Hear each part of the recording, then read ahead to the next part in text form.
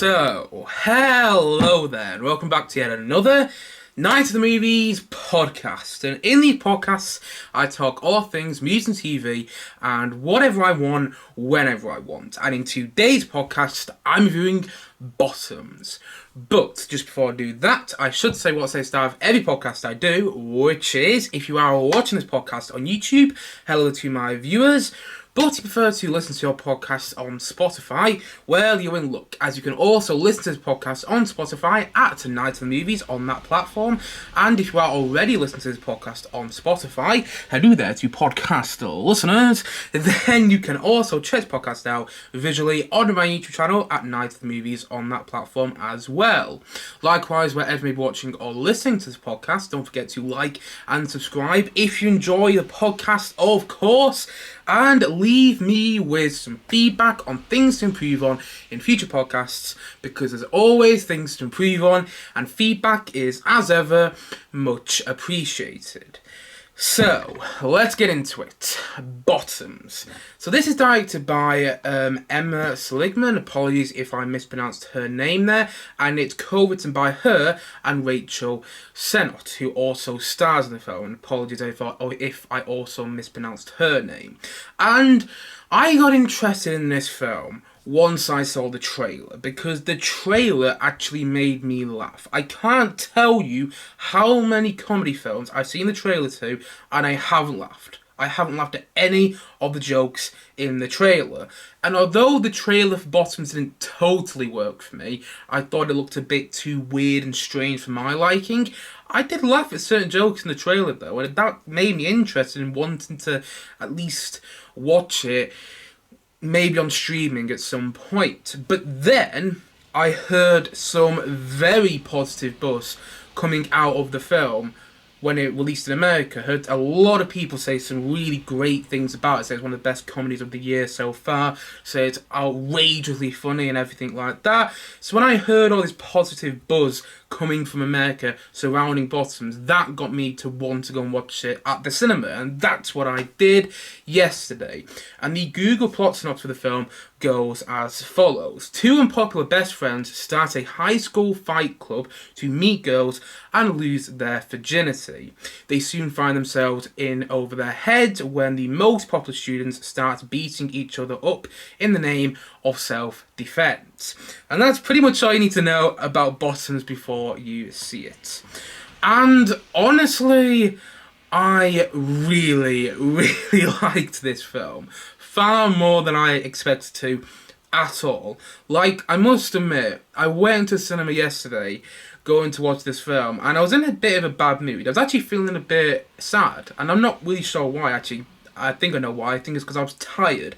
I was really tired yesterday going into the cinema, and I wasn't in a great mood. About 5 minutes into this film, though, I had lightened up. I was laughing my head off. I was smiling from ear to ear to the point that my cheeks actually started to hurt about half an hour into the film. Because even so, I didn't find all the jokes in the first half an hour of the film very funny. I did find them funny though, and they were making me smile. You know, I was giggling to myself like far more than I usually do when I go to watch a film that has some funny moments in the cinema, or just a straight up comedy film in the cinema. I found this film to be so funny, and in the end, that's what you want from a comedy. Honestly, I think it might be the best comedy of 2023 so far. I did love Chicken Run Dawn of the Nugget, which I've already seen. I did my review of a couple of weeks ago now on this channel. I did love that film, and some might argue that that is a straight-up comedy film as well, although I would argue that it isn't, and people understand what I mean when they watch the Chicken Run sequel when it comes out this Christmas on Netflix. And I'll also say that I actually found Bottoms funnier than I found Chicken Run Dawn of the Nugget. And I think Chicken Run Dawn of the Nugget, two films I didn't think I'd compare with one another at all when I started this podcast today. But still, I actually think that Bottoms is funnier. I do think it has a lot more laugh out loud moments, because even so I didn't laugh out loud in the first half an hour of this film, I did laugh out loud post the first half an hour. As the film really started to progress and you got to know these characters, because you get invested in the story, you get invested in all these characters. And even though it's a silly plot, and even so, it's not anything we haven't really seen in any other comedies like, say, Superbad, Booksmart, Mean Girls, and lots of John Hughes comedies from the 80s. Even so, it's copying a lot of familiar tropes that we've already seen. It's doing it in a new and fresh and exciting way, which works. It's a great modern day comedy. That's what it is. It's a really great modern day comedy that has all these fantastic jokes, really funny jokes about gender roles in high school and gender roles in society, and also what it's like for women nowadays, what it's like to be in high school for girls nowadays, and everything like that. What's it like to be a lesbian, because the main two characters we follow in the film are both lesbian. And there's so many great modern day jokes which fit into those categories, and it's just really, really funny. And I am as surprised as anybody to say this. I'm surprised, people who are watching this podcast go, really, you found Bottoms funny? Honestly, I didn't expect to whatsoever. I really didn't. I thought it wasn't going to be my sort of film. I thought I was going to be coming out of it like I was with Killers of the Flower Moon. Again, didn't expect to compare Killers of the Flower Moon to Bottoms, but I was expecting to come out of this film like I did with Killers of the Flower Moon and go, just wasn't for me. No, Bottoms is awesome, and the reason it is awesome is because it's heartfelt and you care about the characters. There's some really heartfelt moments, even though the plot is silly. It's about two characters that want to lose their virginity to these two popular girls. Even though it's a really silly plot that on paper doesn't sound like it would be fun to watch, or doesn't sound like it's anything we haven't seen before, you do get invested in it though, and there's some really heartfelt moments. And again, as we mentioned, it's done in this fresh and unique way that makes it feel like something we haven't seen before. Even though we have seen many of these familiar tropes, it feels like we have it at the same time, if you get what I mean.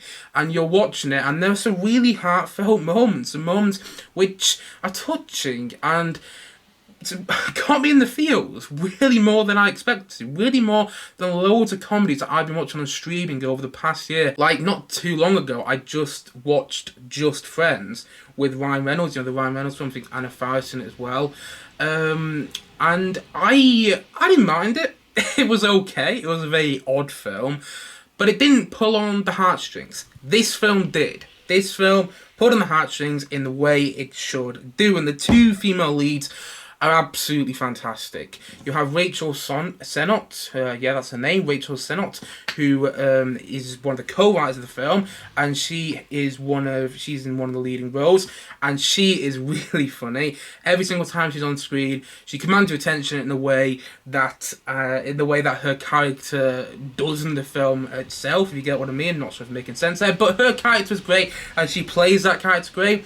Also, Ayo Adibari, apologies if I'm mispronouncing her name there, who I love in The Bear. I forgot what character's name is in The Bear now, but she's one of the main characters, and she was so good in The Bear Season 1, and she was even better in The Bear Season 2. She's one of the best actresses out there, one of the best rising stars out there, should I say, and I can't wait to see what she does next. I can't wait to see in The Bear Season 3, and she's so good in this film, giving a very different performance than I've seen her do in The Bear. In The Bear, she has some comedic moments, but she's mainly serious. She's mainly the person trying to keep everything going in this dingy cafe turned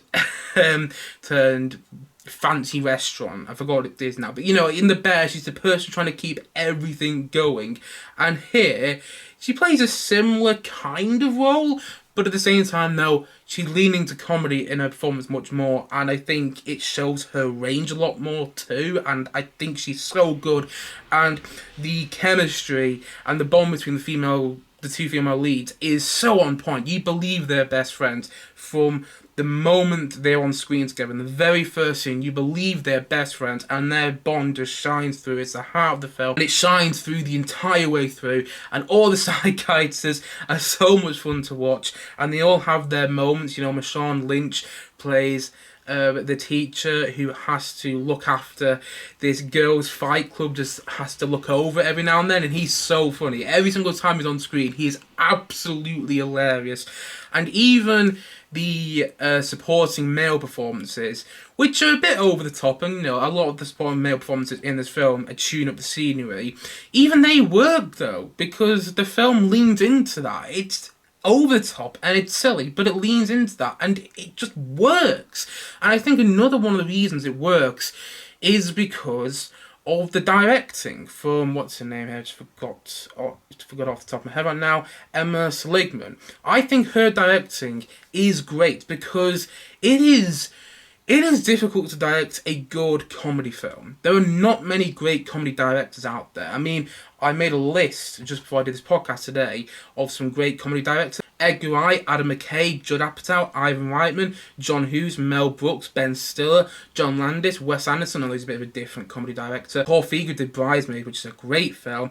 And you want to know the similarity between all of them? They're all male. I mean, there's some great directors, some really, really great directors, but they are all male comedy directors. I mean, Edgar Wright is one of my favourite directors ever. In fact, he probably is my favourite director of all time. But still, they're all male directors, I said that. All the notable comedy film directors, well, most of the notable comedy film directors are male. There's some notable good female comedy directors like Greta Gerwig, who just did a splendid job with directing Barbie, which is very funny. Nora Ephron with, You Got Mail, and also you got Nancy Myers, which I must admit I'm not the biggest fan of, and although I know some people do like The Holiday, and she did direct that, as far as I'm aware, as far as I remember. Wasn't a fan of it myself, but some people like Nancy Myers, which is awesome. And then Olivia Wilde, and I know Olivia Wilde did direct, what was it, Don't Worry Darling, a couple of years ago, which was not a good film, and was not a comedy. But in 2018, if I remember correctly, she directed Booksmart, which is one of the best comedies I've seen in the past 10 years.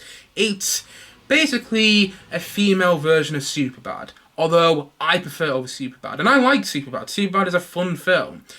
Booksmart is better, and Olivia Wilde did a great job directing comedy in Booksmart. So they have, in more recent years, I know No F1, that was about 20 years ago, but still, in more recent years, we have had some newer female comedy directors, but mostly when you think comedy directors, you think of male directors, and it's great to see another female filmmaker come in here and direct a great comedy film.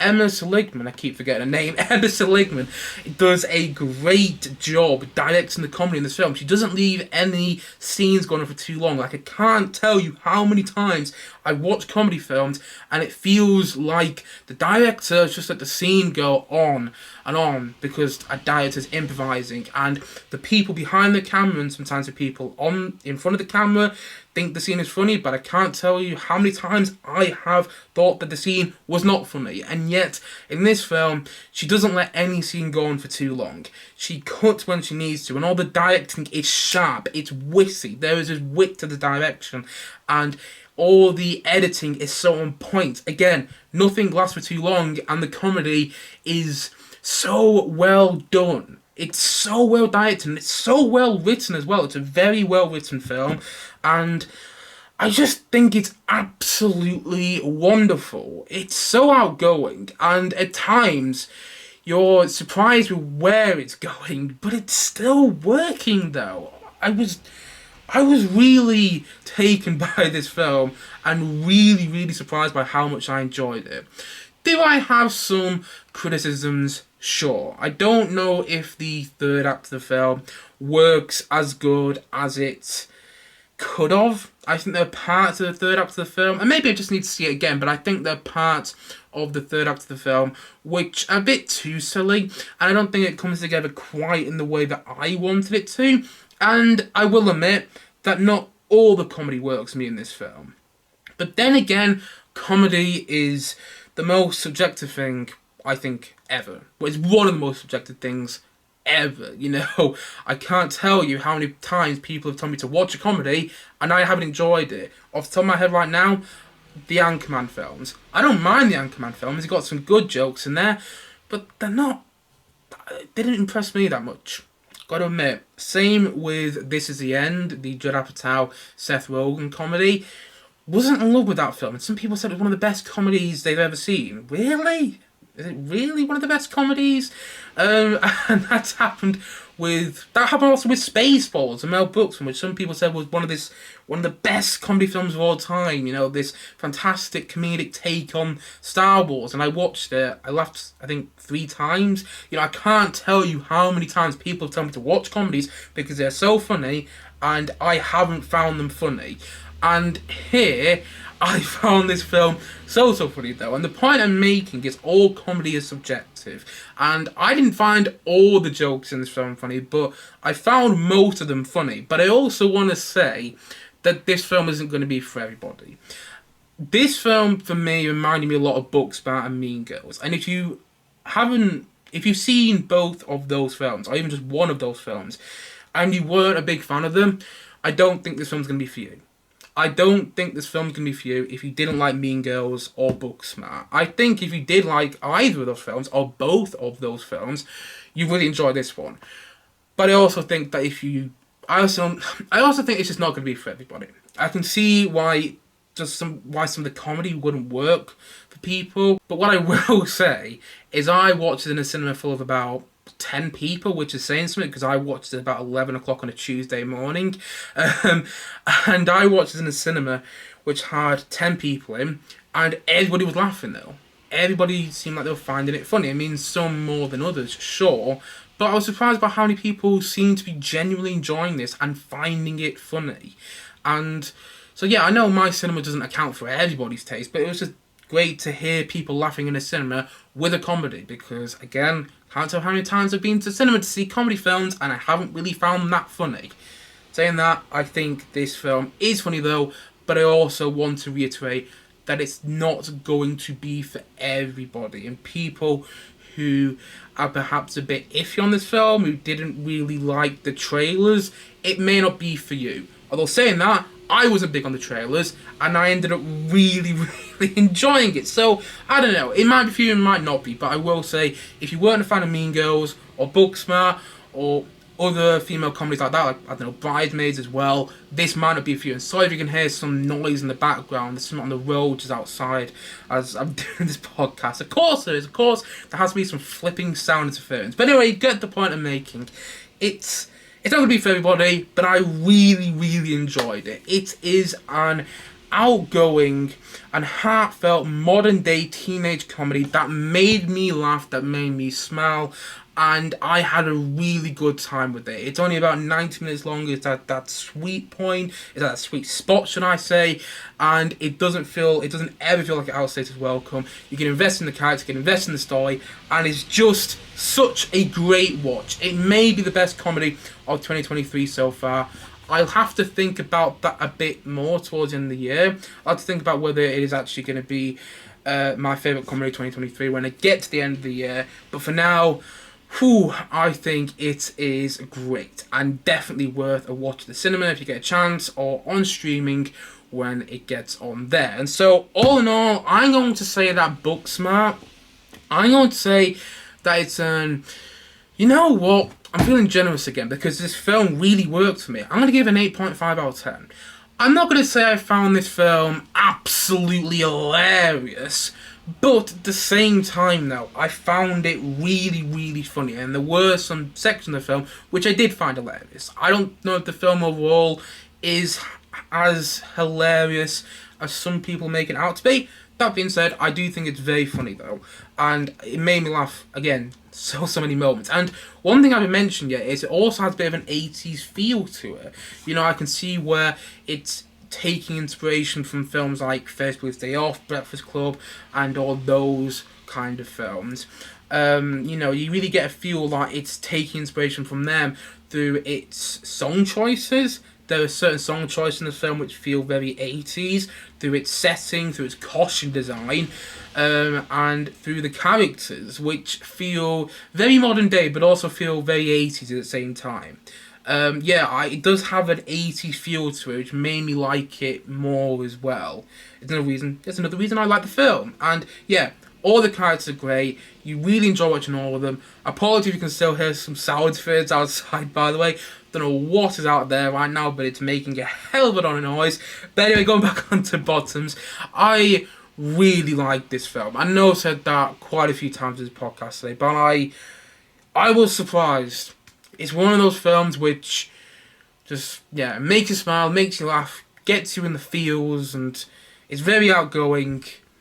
And you know what? It worked for me. And I'm so happy that it did. Because I wasn't sure if it would. But yeah, I think it is a great comedy.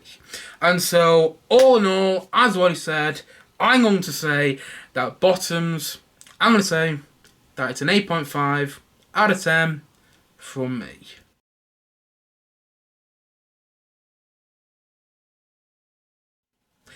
Anyway, guys, that is it for the podcast for today. So if you have seen Bottoms, please let me know your thoughts on it in the comment section below. I'd love to know what people think of this film. Maybe it wasn't for you, and if it wasn't, that's totally fine. And please let me know why in the comment section below. But if it was for you, also let me know why in the comment section below. I'd love to hear what people are thinking of this film. And as always, thank you for watching or listening to this podcast. And if you haven't yet, please do click down below and like, subscribe on this podcast. I'm looking forward to many more podcasts coming very soon on this channel. As what I said, thank you as always for watching or listening to this podcast. And I suppose this is it. So I will see you guys again soon. But bye for now. Bye.